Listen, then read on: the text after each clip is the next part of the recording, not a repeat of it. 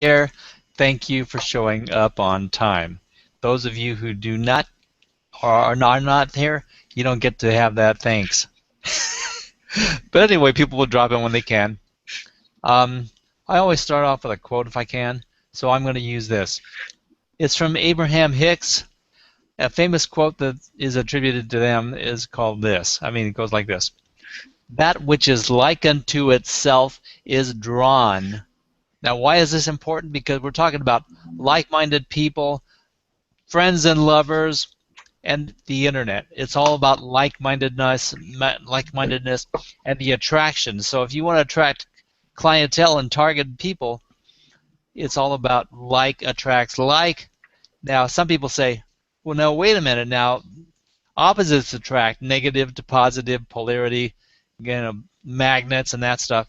Well, they can argue that if they want, but they were probably just Newtonian followers, and Isaac Newton doesn't. He probably knew nothing about relationship building, so we don't have to follow that. And besides, I don't think Isaac Newton ever got married after all. So, don't ask him about like attracts like. So anyway, um, good morning, greetings, Saturday morning marketing Smarties. Yes, you are in the right place. My name is Roland, and I'm your sponsor and your host for the Hangout. And my motto is come dial the hotline, and you can get all you need to put your business successfully online. So before we continue with who's it and what's it, we can talk about who's here today with us, because it's a pretty impressive crowd. I won't be going through and naming everybody, and but I do want to say that we've got about 7 or 8 nations covered. We've got Tokyo, Japan, Germany, England a couple times, and of course the nation across from Florida to Southern California and Central California and the Bay Area. We've got all that covered. So we've got a global presentation today. We're worldwide. Yay! Isn't there a song for that? Okay, anyway. But thank you very much for coming. And what we do is we basically hash out what's being presented on the internet, filter it through, and give you the what's for and give you the straight skinny. So as you know, I usually preach an internet marketing tripod, and that's the concept that we promote, and which is a website, Google Plus and social media, and YouTube, and that's the tripod. And if you're doing those 3 things, you're already on the right track. Now we have to refine how you're going about it. And so this show gives us ways to refine what we do with that sort of an outreach. And no matter what you're doing, the information today is going to be very helpful and extremely relevant. Now let's talk about that concept. Before we get there, let's talk about who we have with us today, because I don't want to miss this. And first of all, on our panel today, I'm really quite pleased we have all the people that we do. I'm very honored that you were able to say yes to this and commit. I know it's 2 weeks straight, and there's a lot going on, but thank you very much. So first, I would like to introduce Molly Youngblood Geiger. She's an internet marketer, and I can't even wrap my brain around everything that she's got. She's got so many titles, most of them linked to the word Google, and so she's definitely an authority, and we're glad to have her here. She runs a community called Marketing Online, leveraging YouTube. And Molly, go ahead and say hi. Sure. Hey, Roland. Thanks so much for that introduction. My name's Molly Geiger out of Jacksonville, Florida. The name of my agency is Design It For You. And I am very, very active with Google. I am involved in the Google Partners community, where I'm a Google Partners community ambassador. I'm also involved in the Google Small Business community, where I'm a Google Small Business advisor. And as of current, I am also a Google Helpout provider. So with that being said, I am very active in the sense of digital marketing. I work in the fields such as search engine optimization, digital marketing, pretty much anything to do with having a website and being online. So today's topic is about using hashtags. And just real quick, I'd like to touch upon why it's so important to use hashtags. Hashtags are a method that a business is able to well, really to mark their posts, and it's the thing about hashtags is when you get familiar with using them, you really can take your business to the next level. So thanks so much, Roland, for the opportunity to introduce myself. Yeah, thank you very much, and Molly. And next, I want to introduce Karen V. Chin, and as she promotes, she is a clever marketer and a social media engager. And I can tell you from my brief experience of a couple of weeks, she is very clever. She knows stuff that I had no idea. And I thought I was a Google Plus guy, and now I'm like a manifold times. I'm much more educated than I was. And social media engager, I have not seen engagement like this. But I want to make a point that she also knits, gardens, and sews. And so say hi, Karen. Thanks, Roland, for the introduction. My name is Karen Chin, and I am a marketing consultant out here in San Francisco, and I am really glad to be here. I'm excited to learn all about hashtags today and kind of share my knowledge, and I am just looking forward to being a part of your panel. Okay, thank you very much. Next, I want to introduce Duran Elamshah. He's the president of Rewardster and Rewardster.com. And basically, Duran has a loyalty and rewards specialty, and he really knows how to generate what I call raving fans and brand ambassadors, and he'll elaborate. This is Duran. Say hi. Good morning, everybody. My name is Duran. Thanks for the introduction, Roland. As Roland mentioned, I'm the founder of Rewardster. We focus on customer engagement and loyalty rewards. We help you bring your customers back. And I'm interested in hearing more about the hashtags today as well. Thanks. Okay. Now for our special guest today. We have with us Kristin Drysdale. She is a speaker, a writer, media relations strategist coming to us from Queen Creek, Arizona. And when it comes to Google+, Kristin is an Engager Plus. She's a natural at connecting with people and connecting people with others. And basically, she's putting out there that nobody is better than on Google+ than Kristin at meaningful relationship building. Now, I want to add to this. You can tell about yourself in a moment.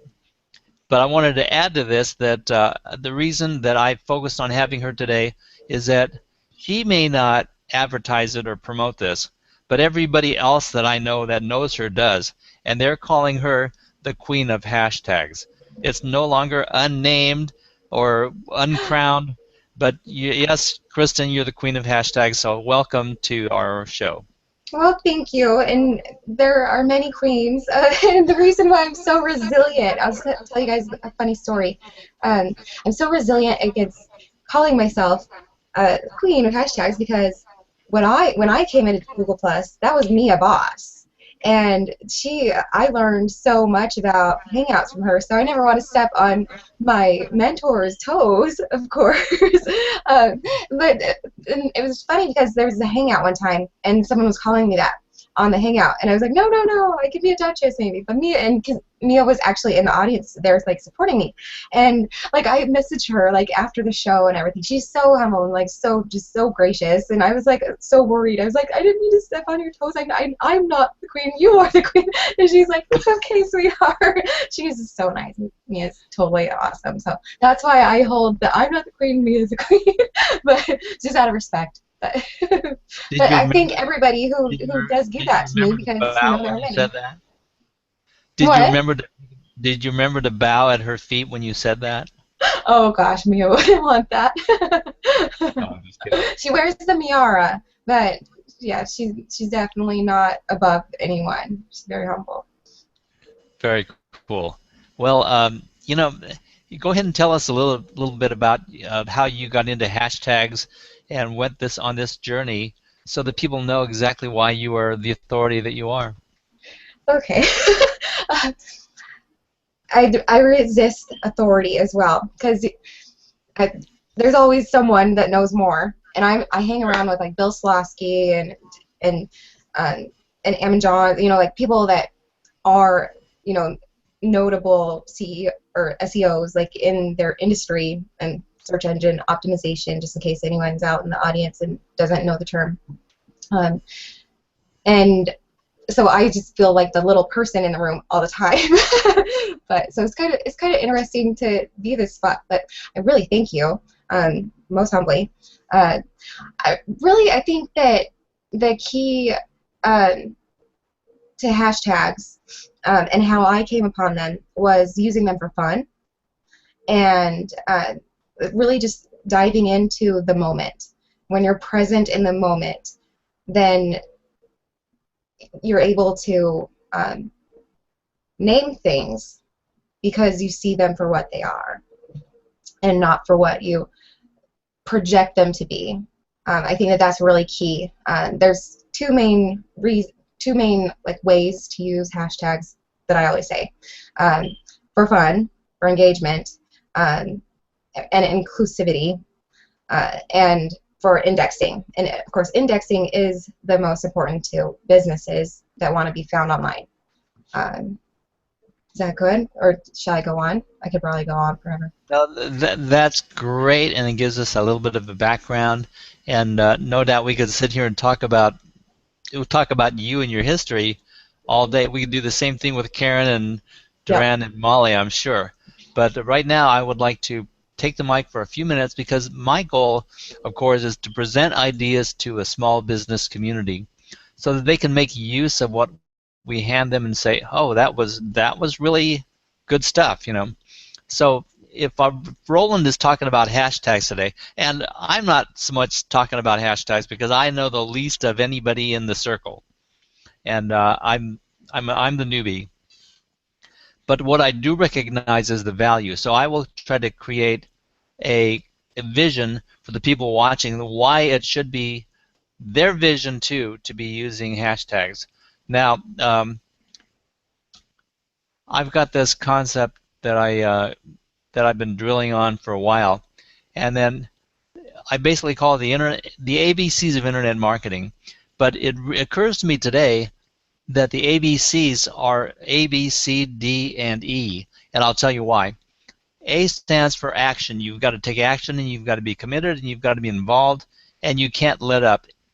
Internet marketing is not you put something online and then you sit and wait for the money to roll in. You have to be involved and have to take action. So that's the first thing.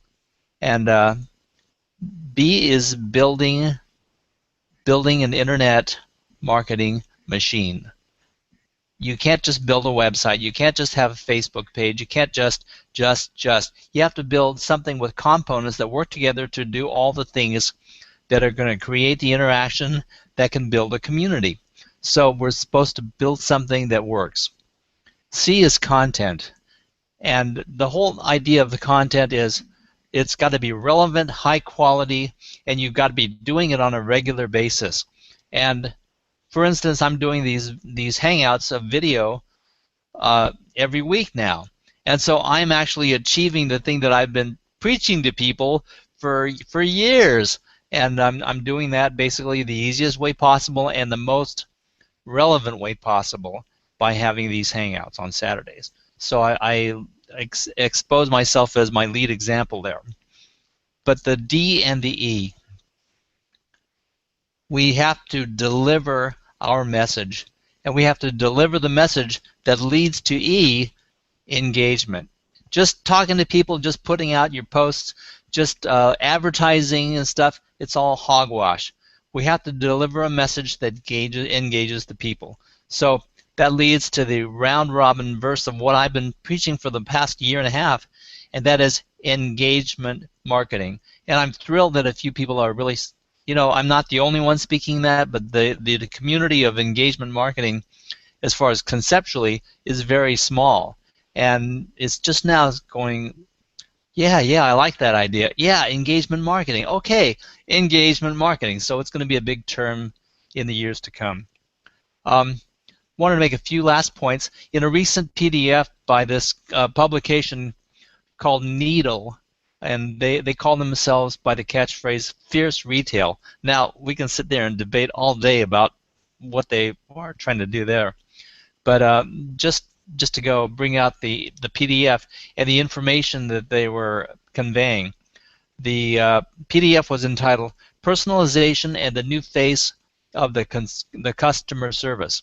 And this was by Lauren Heller, who is like a CEO or something. But she brought up 3 points. The path to purchase begins online. I don't think we're going to debate that. 80% of all purchases apparently start with an online search. But online professional reviews are gaining popularity even as recommendations from friends and family lose importance. That doesn't mean that we don't trust our friends and family, but less and less is that the main key. It's all about people finding out their own information by searching the internet. So it's pivoting quite a bit. And then she also says that the opinions of Pinterest pinners, Instagram stars, and bloggers increasingly carry weight as expert sources for shoppers. So this is going on, and all of this is involved with what we are talking about today: how to put your stuff on the internet and how to get found, how to be relevant, and how to be known and associated with the key things that are like keywords and that stuff. It's no longer about being on page 1 of Google. It's about being found by the people looking for you, and so it's a whole different ballgame. And then the last thing that she happened to say was that 32% of shoppers abandon their shopping process while in store because of insufficient information all available by smartphone. So it's that, it's like people can walk into a store, be face-to-face with the product, and if they can't find information on their cell phone telling what it is or how good it is or who cares or what, they might walk out of the store 32% of the time, and then that really shocked me. So today we present the case for hashtags. What is the case for hashtags? A, word count was one of my first 3 words at the top of the presentation. Word count, relevance, and hashtags. Word count. As we adapt to mobile, Google is going to change its statement that articles should be 1,500 words. It's no longer relevant. And what are you saying, Roland? Are you saying that a 50-word article will rank higher than a 1,500-word article? Is that what you're saying? And the answer is yes. It's very possible, because if it's more relevant, it's not about word count. And the people who are writing for word count are probably telling their message if they've got one, and then they're continuing because they got to hit 1,000 words or 1,500 words. And as they're doing that, they're becoming less and less relevant in their article because they're just writing for word count. And so I'm thoroughly against that. Now, what about relevance? Relevance, simply said, relevance in content trumps everything. So you got to start with relevant content. Forget about the word count. Forget about metrics. Forget about stuff. If you're writing, write for relevance. And my wrap up on this is that hashtags imply targeted relevance. And I think that they're what points to the subjects. They're what allow people to find them. And it's the steering mechanism that allows people to connect with their solutions via hashtags. Now, with all that being said, I'm going to tap into Kristin again and let you give as whatever you want as an introduction to the concept of hashtags.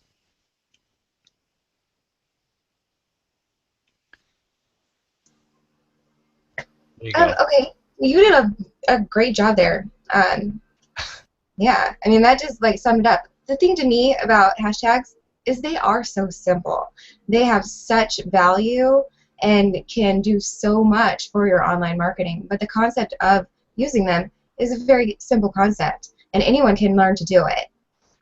And that's one of the beauty things of hashtagging is that all you have to do is like have like your branded hashtag. You want to put that on there, but also thinking about what is someone who, like, so you look at your piece, you've written your piece, and you've said what you want to say, you have your message, and then you think about like what kind of questions people are going to ask when they're looking for whatever it is that you're offering, and you sum that up, and it's really as simple as that.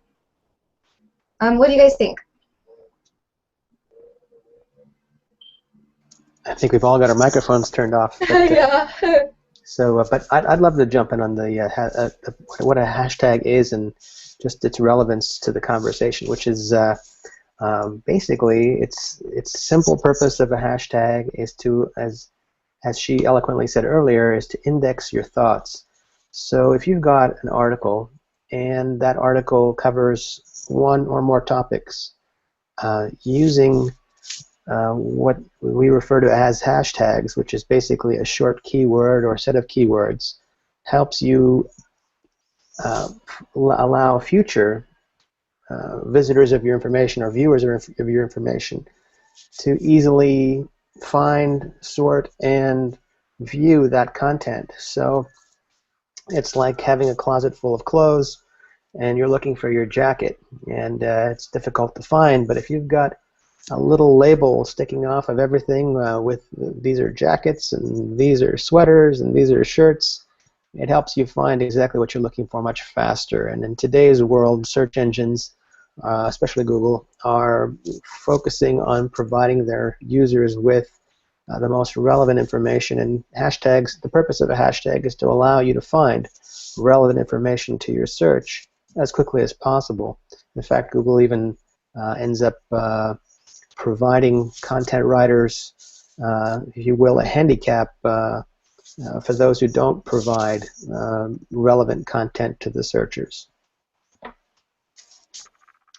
I was also going to say, Kristin, that the other thing I think I love about Google Plus with hashtags is that you can, by using the hashtags, you can actually expand your reach. You know, because the fact that some people actually use hashtags as part of their mechanism to research and find information or have information come to their common thread. So using hashtags is actually another way, not just curating the content, but also expanding your audience.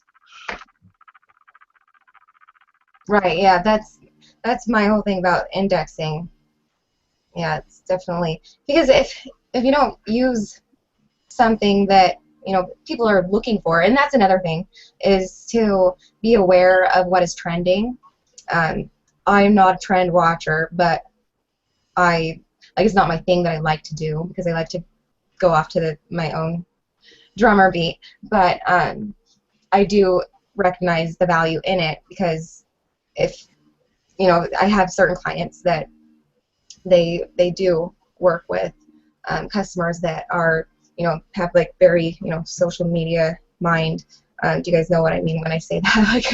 Like, they're more generalists rather than specialists, and so they're dealing with Facebook, Twitter, LinkedIn, everything, versus like just trying to push like a certain concept. Yeah, but I also think that if you're a small business and you're trying to get your foot in the door in social media and trying to find that audience to follow you by using the hashtags, you can expand your reach much further. And I think that one of the things that Roland wants to talk about here is, of course, small business is just the idea of using the hashtags to help, and also having your own exclusive, your unique hashtag that would identify your company as that hashtag. Mm-hmm. Yeah, I wasn't disagreeing with you. I was actually agreeing with you. So one of the things that I'm sure that we could talk for at this level for the next 20 minutes or so, and the people would be looking at the screen going, but what we really have to do is connect the dots and circle ourselves here and draw a picture that makes sense to the viewers. And the one thing, the experience that I have with hashtags that was so vivid was when Karen decided that, guess what, man, you just wrote a post, and I think that if you wanted to, you could dominate a world of hashtags with this one hashtag on Nisei. Now, the reason that it was that, because I wrote an article pertaining to World War II and the Japanese involvement, and the subject being irrelevant at the moment. The whole thing was about, I'm a third-generation Japanese, and they called me Nisei. So Karen said, you could own that hashtag, and she looked up the hashtag Nisei, N-I-S-E-I, and by the way, there's 1.2 million of us in the U.S. and 1.5 million of us in Brazil. So we are not a small community, but we are significant. And there was 0 results for the hashtag Sansei. And so I thought, well, shoot, then I'm going to put the hashtag in my article, and then Karen shared the article, and guess what? Both my article and Karen's article showed up in the search for Sansei. Now, that was so immediately in my face. We're probably still the only 2 posts, but that's how immediate and relevant and live and opportunistic hashtags can be. Any comments, anybody? Sure, I'd love to touch that one, which is it's a yin and yang you have there. The yin is that no one else is using it, so you can definitely make it your own. The yang is that no one else is searching for it, relatively speaking. So you're not necessarily going to end up drawing a large crowd finding it. That doesn't mean that that's not going to change tomorrow, because new search terms become available almost every day. Okay, that makes sense, except for if you're in the type of world, speaking of what you speak of, you have a way of bleeding off into that. Like somebody's going to read my article and say, oh yeah, World War II and the Japanese, and maybe connect with me that way. Well, if I link up hashtags and start doing similar things, more and more people are going to be exposed to the information flow, and then the key word of search might be, yeah, just look up Sansei, his stuff will come up. So sure, you can grow new. This type of sorting and stuff becomes more and more prevalent the more and more we use it, and I think that we could tap into a lot of communities and just apply hashtags when they make sense. And to me, Sansei makes a lot of sense. I think that we cut you off earlier, Molly, so if you wanted to back up, rewind a bit, and you had something that we didn't allow you to say at the moment. Yeah, I just really wanted to touch upon just what is a hashtag, some of its history. Hashtag is a word or a phrase preceded by the hash mark. It is used to identify a topic or a keyword or a brand, as was mentioned earlier. I think something important to touch upon is where did hashtags come from? This is a little surprising, but I actually attended a hangout with Yvette Cohen. Oh gosh, this is probably a couple months ago. But she had interviewed Chris Messina, and Chris Messina is actually the person who created the hashtag. He is a former Google employee, and this is a hashtag across all the social networks. So he is the person responsible why we have the hashtag and why we're using it today. Speaking of that, the hashtag can be used across several different social networks. It's not just for Twitter. It's not just for Google+. It really can be used on Vine, Kickstarter, YouTube, Pinterest, Tumblr, Google+, Instagram, Facebook, Twitter, pretty much across all the social networks. Hashtags can be used. So I think that's an important point. You've already touched upon the analytics portion of it, meaning it is like a label, if you will. You can tag subjects. You can even use trending hashtags, like when the Super Bowl or New Year's or a holiday comes around. There's usually always a trending hashtag that is popular. So that's something else to consider with a marketing campaign, that if there are any trending hashtags, that's something that you can kind of jump on board with what others are doing and use those trending hashtags. So I just wanted to just share a little bit of information about the history of the hashtag. It actually originated way back in 2007, so we're almost coming up on the 10-year anniversary of hashtags, if you can believe that. But it is so important to use hashtags. It's very simple. It takes just a couple of minutes. You're just going to want to use the hashtag symbol, and then again, you can come up with your own unique hashtags, or you can use trending hashtags. So I just wanted to throw that out there. That is very good stuff. How can we connect the dots for people when they're thinking about their own business, and what should their process be of developing a way of applying hashtags to their own businesses? How can we put some flesh and blood on this? I'm just going to jump in there. I think one way that people can use hashtags with their business is to use their name. My agency's name is Design Right for You. So frequently, if I'm doing a post, just a social networking post, I will throw in the hashtag, hashtag designrightforyou.com, or just hashtag Design Right for You. So it really depends on the business and how they want to use hashtags. But I definitely recommend it because, as pointed out earlier, it does get indexed and it does help identify posts. Well, I see that what's going on right now is millions of people are using hashtags, but most of them, as usual, are people playing, and they're entertaining themselves and doing that. And so applying this to business, there's a major leverage that is going to be going on when people start using hashtags effectively. So I think that it's something that we need to show to them, that there's a way to leverage hashtags to definitely benefit their business and not just be a casual, fun sorting thing for the internet. Roland, I'd love to jump in on that. Yeah. Google and other search engines were born on the basis of being able to find content for you based on your search criteria, the search words that you used. Hashtag is basically just a way to label the information so that a search engine or any other social media outlet that's providing the information can help sort that information for someone looking for it.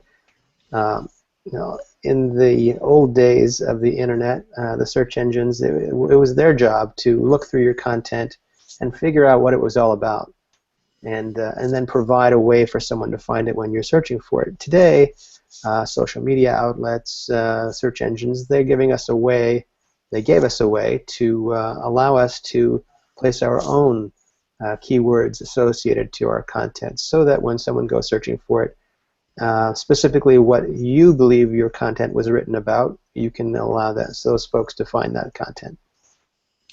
Okay, well then this draws a completely different picture in my mind too. And it comes back to what I always preach about internet marketing. If somebody wants to build a website and then they say, oh yeah, then I want to get an SEO specialist to search engine optimize my site so that I get found on page 1 of Google. And my question is always, well, do you deserve to be on page 1 of Google? I mean, just being there is one thing, and being relevant and pertinent and of value to be occupying that space is a totally a different thing. And for years and years, decades, people have been search engine optimizing, and it used to be a nice cheat way to, the way to get on page 1 so that you're seen first, and you get a lot of accidental click-throughs and some business, and maybe it panned out, maybe it didn't, but it was an easy way to get on page 1 and develop traffic. Now everybody knows how to get on page 1 of Google, or they think they do, and they work those things. But nowadays it's like, how relevant is it really? The people that Google says deserve to be on page 1, how accurate is that conclusion? And will hashtags help facilitate that, and are they worthy of being added to the mix of magnetism? So there's over 180 criteria that Google uses to be able to determine who gets placed where on a search, on any search that's performed. And basically, a hashtag basically is just going to give you a few extra points towards your your total score. Every time a search is performed, scores are being done instantly across all of the content that's been indexed by Google, and the information that comes to the screen changes each time the search is done based on changes in relevance, and over 180, only about 120 of those criteria are public, so they keep 60 to 80 of those things hidden at all times the best they can from us marketing people, so that we can't stack the favor in favor of our clients at any given time. So it leads me back to my original thought that we have to worry about ourselves and our relevance as a product or service in the first place, and keep the Kaizen nature of improvement and obviously being of value in the forefront of what we're doing first and foremost, and then promoting ourselves on the online makes sense. But it all comes back to the quality, and the whole service or product that we sell in the first place has to be the best. And we ought to quit focusing on advertising and promoting and stuff and start being, which leads me to believe that when it comes to being authority, you can fake looking like an authority to a certain extent, but at some point you have to be the authority. You have to be involved, engaged in doing, and putting out content that shows that you know what you're talking about. So actually, we're just talking about, number one, be the authority that you wish to be, or that you think you are, or that you plan on being. You have to assume that role and then step into the shoes and take action. And then things like promoting online, social media, and hashtags will be great facilitators once you're actually in the spot that you want to be in. Does that make sense to anybody? Or did I just talk to the walls? No, that makes perfect sense, Ron. Oh, go ahead, Kristin. I'm sorry. I've got some questions. Because I think that we don't want to get so caught up in being so regimented on just describing our product, because we also need to think about that creative hook, because that is an important element in whether someone is even going to follow what you have or not. If you have just business marketing, you need a little bit more than that. It's okay to have that, but you need to have something else too, like the branded, what someone was talking, I think you were talking about that, Molly. You need, and then like a quirky or something, like something that actually expresses something about like the value of the content. So you're really identifying what we would call in the internet marketing world a unique value proposition.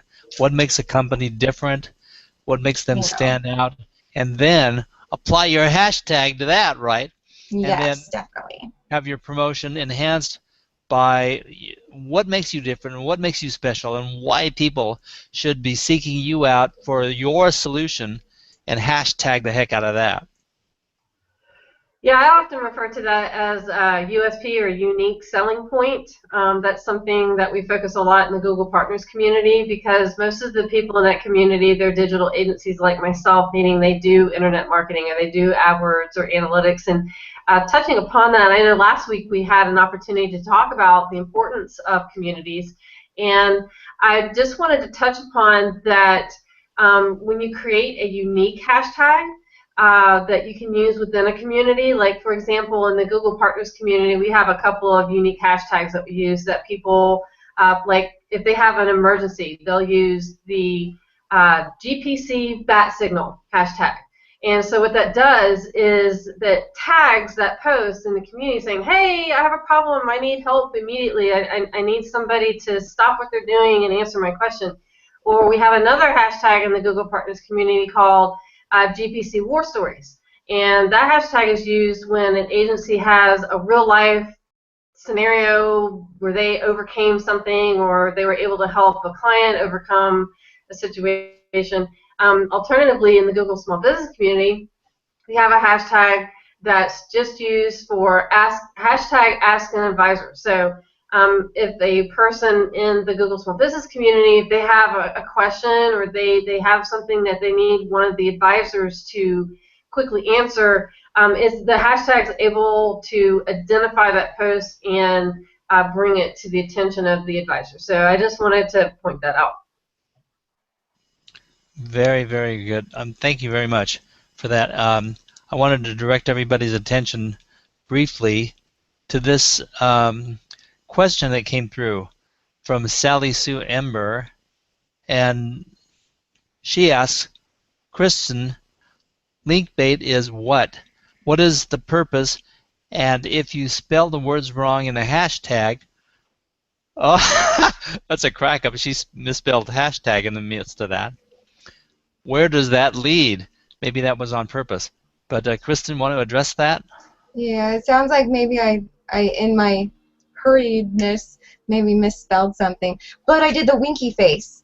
And so, like, when you do the winky face, that's supposed to cover all, you know, mistakes. Hello, winky face. Okay. Yeah. Well, you know what? The misspelling is a problem, because if you want to miss the boat, then misspell your hashtags and misspell your content. Holy heck! Like, it's not that difficult, especially with the tools that we have in this day and age, to just run things through a speller, or even have it in your browser as a plugin. Or not, sorry, not a plugin, but you guys know what I mean. Like plugins for WordPress. My brain's all of a sudden like. But anyone can jump in and like give me a word here. I would like to follow up on the last subject. That Duran, could you give us your summary on the word link bait? Roland, my experience with link bait is minimal, so I wouldn't be the right person to give you the response to that. My only experience with it simply is that it's a tool, it's a keyword tool to help you pull, I should say, visitors to certain types of content that you're attempting to get found. Okay, then I would like to follow up on that and discuss the philosophy behind it, because I despise terms like this. When you say link bait, it pretty much describes something that is not the solution that everyone's looking for, but I'm going to lead you there anyway, because I'm going to bait you to come check out this link, and then maybe you'll buy anyway. So link bait is not necessarily relevant stuff. You know, relevant is relevant, and that should be its own link bait.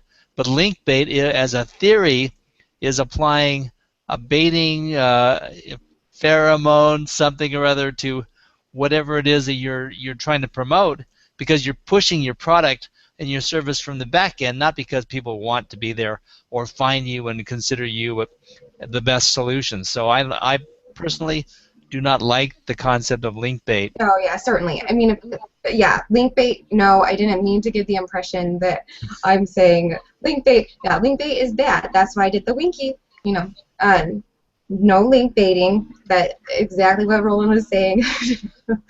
Just repeat that. I did not mean to give that impression. No, thank you very much. I appreciate that. That's good. By the way, I'm just letting you know,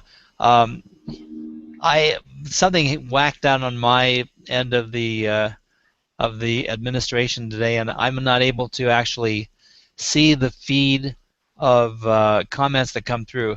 So I'm relying on my constituents to help us out. Whenever they see something valid, they'll throw it out there. But please don't blame me if your very special comments don't get seen. But I appreciate them. And if you have questions or comments regarding this subject, go ahead and post it, because we'll go through the stream later, and I will try to address whatever questions that people have, and your comments and things will add to our knowledge base of what's going on here today. So I thank you very much. So Roland, can I say one thing? Yeah. To the comment thread, because I'm actually reading the stream. So everyone, we apologize that the Showcase app is up. and it's running, and that next week we won't have the Showcase app, because I know it sounds like there's quite a few folks that are frustrated with the app being on, and that you can't read the comment thread, and you have to have a different window open while watching the show at the same time. So for next week, we'll definitely not have the Showcase app so that everyone can watch it. And we apologize. So for Bruno, if you're watching, and for Nicole, and for Sally, deeply apologize for that is going on at this moment. So. Yeah, I will join on that apology. Karen taught me how to disable it, and from my end, it says it's disabled. And so as far as I can tell, it is, but obviously there's a glitch there somewhere. So I apologize to everybody that things don't always go on. As Zara Altair says, a hangout without a freak out is not a hangout. So very true, Roland. Very true. That. Yeah. And what we learned today is that once the show is on, we can't turn off the app. So we have to turn it off prior to the show starts. So this is what the key learning is today with Hangout technology. So thank you, Zara. Yeah, so thank you, Zara, for that information. That's actually 100% correct. The Showcase app, the Q&A app, those apps have to be turned off prior to an event going live. And once it goes live, you can't turn it off. Yep. Yeah. So sorry, guys. Let's design a hashtag for Showcase app and just slash it out there. Bash the subject so that people will remember to. I've never used the Showcase app, so one thing is for it to be on when I open this up, I had no idea. I actually have a quick story about that. One of my mentors, Ronnie Benser and Zara Altair, they attended my very first Hangout, and when I originally scheduled it, I had the Q&A app and the Showcase app on, and Ronnie's like, "Why are you doing that?" And I said, "Oh, well, this is the way they do it in the Google Partners community. I just figured, I'd follow suit." And he goes, "Actually, it's best practices not to use those apps because we really want to try and focus all of the activity onto the event page." So that's coming from the Hangout helper himself, that it's really best practices not to use those apps. Okay, I will dash the Showcase app. Although, I have to say, I do know of a few people that have worked with those particular apps, and for their particular businesses and their HOAs, it does work. So if someone's out there and wants to explore the tool, then by all means, and don't be afraid that just because your audience, you'll get your audience based on who you are and what you're selling and what you can offer.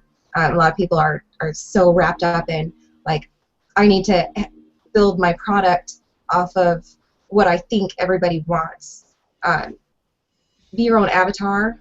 Build something that you are uniquely able to make work for people. Yeah.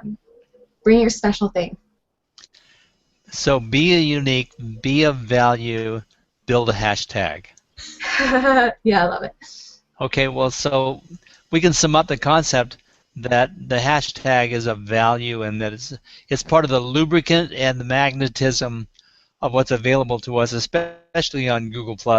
And we know that hashtags are not available and applicable everywhere, but we know that Google+, which is my choice of social media, is hashtag land nowadays, and it's something that we want to drill in more. And since we're all dwelling in this community land of G+, hashtags will be an additional subject next week, and we will probably try to put even more flesh and blood and bones on the concept, and maybe some applicable examples of hashtagging, and we'll come up with some ideas there.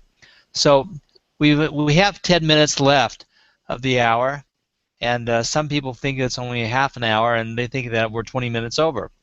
But regardless, the Saturday Morning Marketing Smarties is always a 30-minute roustabout. But does anybody have any other... Pardon me? You mean an hour. You said a 30-minute, but you meant an hour. Well, I posted it online, and I forgot to adjust the time segment. So it says that it's a 30-minute show. So some people might think it's a 30-minute show. but it's fairly irrelevant at this point.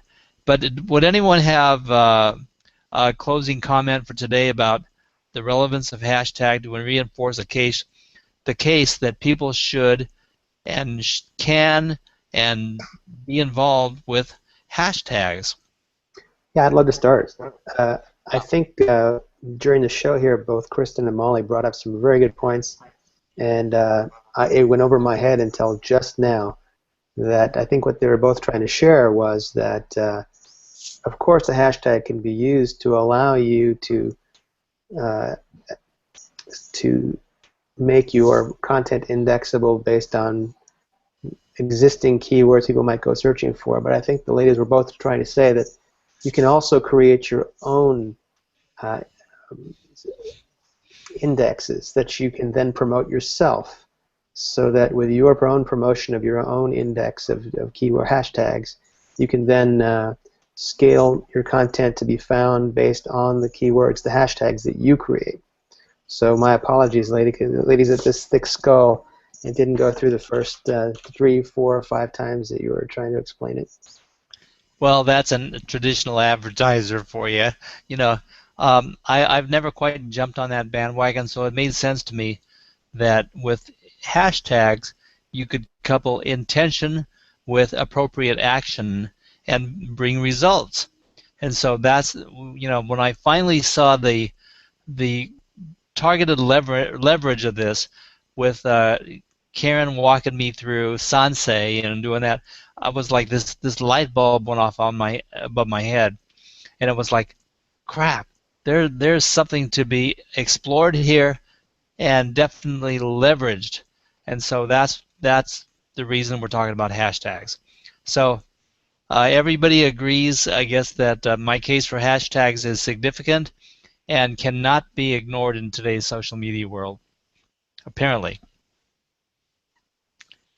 Okay, well, I don't mind wrapping this up a few minutes early, but are there any other comments or anything that anyone? Okay, Kristin. Yeah, I do.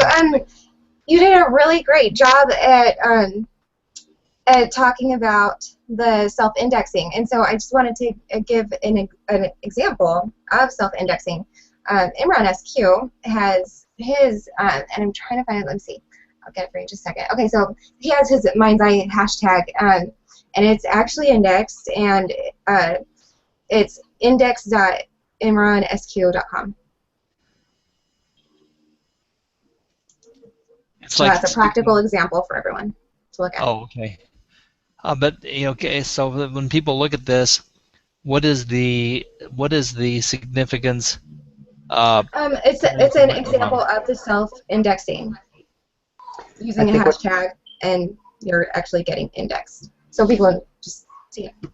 I think what she's sharing is simply that when you create a hashtag of your own and your community is aware of your hashtag, and you use that hashtag, I should say your community uses that hashtag to find information that you are curating or creating. So sure.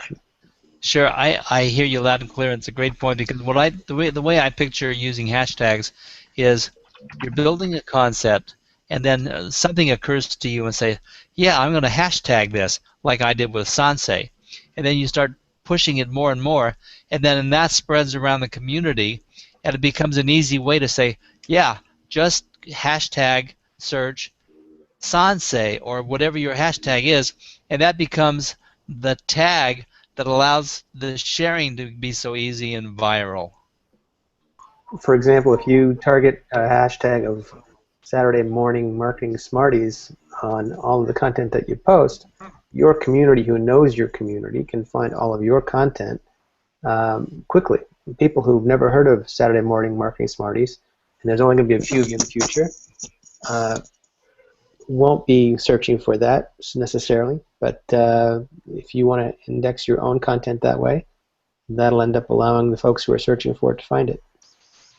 So it's a great lesson for me to hashtag my own stuff with the appropriate stuff. There you go. R&D hotlines, Saturday morning marketing Smarties, Roland Takaoka, etc., right? Exactly.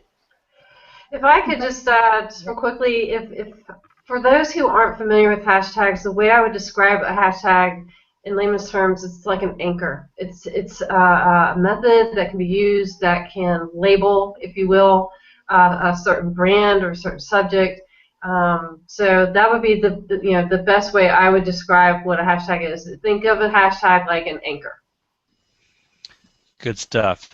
Well, Actually, I was going to say one more thing, Roland. yes. So I know that we were talking about Saturday morning Smarties.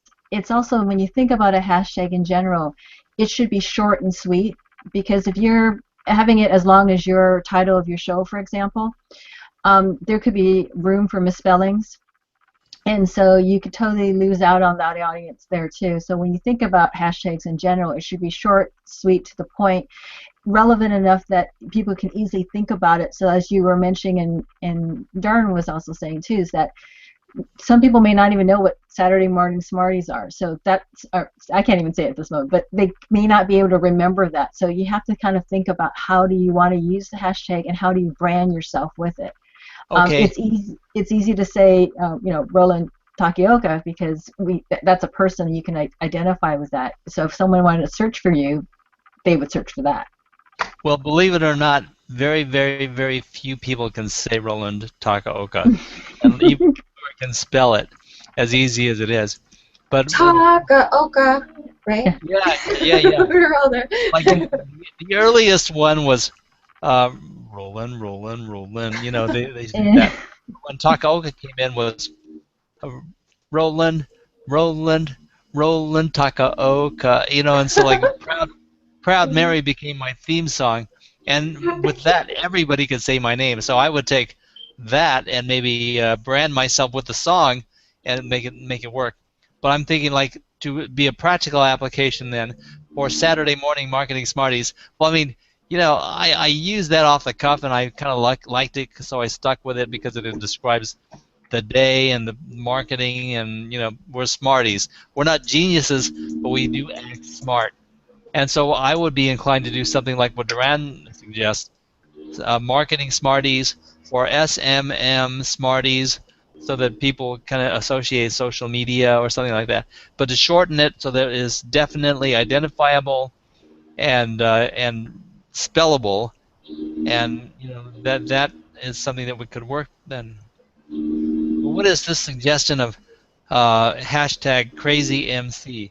Oh, is that what? Okay, that's a private statement on my behalf. Okay, I get it. But the idea, Roland, is that so the hashtag itself identifies you or your business, so that then if you can get it viral, in the sense like what they do now for advertising. You think of the Super Bowl, and you saw, like, I think more than half of the ads themselves had some form of hashtag, and you can get top of mind of using a hashtag that can go viral, that they're talking about it, then they're talking about you. So that's what the hashtag, when you really think about it, is an extension or branding of you. Okay, so to wrap up our show, we've only got a couple minutes left.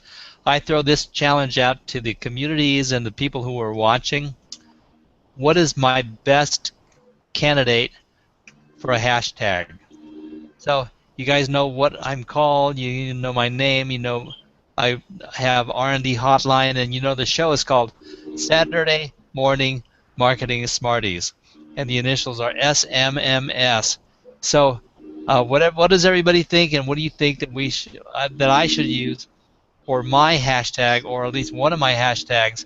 And I will think of some kind of a benefit or a reward for your contribution. I think you already hit it right on the head there. SMMS. It's easy to remember and short. So somebody check and see if it's taken or not. But I want to open up to the people, because what we think and what the people think are two different things. That they could be. So I would want to know what other people think too. And as simple as this sounds, and as dominant as I can sound about deciding for my own, I would like to say I'm open to suggestions. So if anyone has a good idea for a hashtag, I'm open. And we might have a whole show where people come on and say, my business is this, and talk about their business. And what do you think my hashtag should be? And maybe we'll help people find their hashtags. because I think that that's a major part of the whole thing is find stuff that's easy to find and identifies your business or your product or your service. Karen's got something that she's highlighting here. Let's see.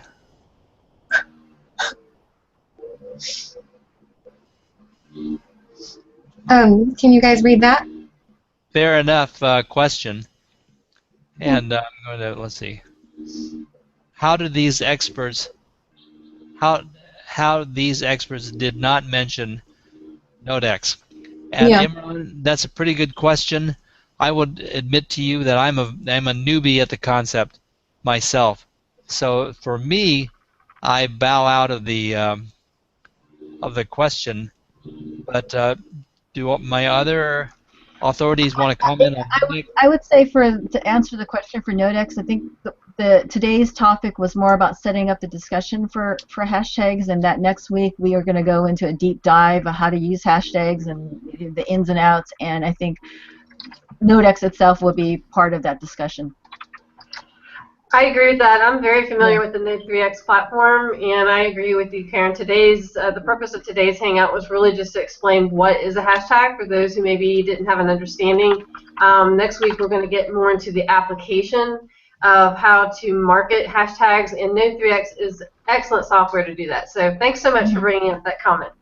And another thing that he's bringing up is that, Roland, next week we got to have a hashtag in the banner. Mm-hmm. Good point. Wow. So game on, Roland. That means you have to basically do some homework this week and figure out what your hashtag is going to be.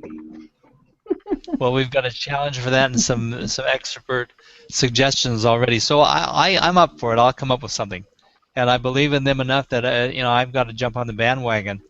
And so, no doubt, starts right here. Starts right here. I accept the challenge, and I will do it. So, listen, everybody. It's like this gone wild. We talked about a few other things other than hashtags too, but I hope that we gave enough information to make it clear to the people watching in the small business community that hashtags are not to be ignored. They are to be reckoned with, and we need to embrace them right now and know how to use them. And so many of the responses from people pre-show was like, oh yeah, this sounds like it will be interesting.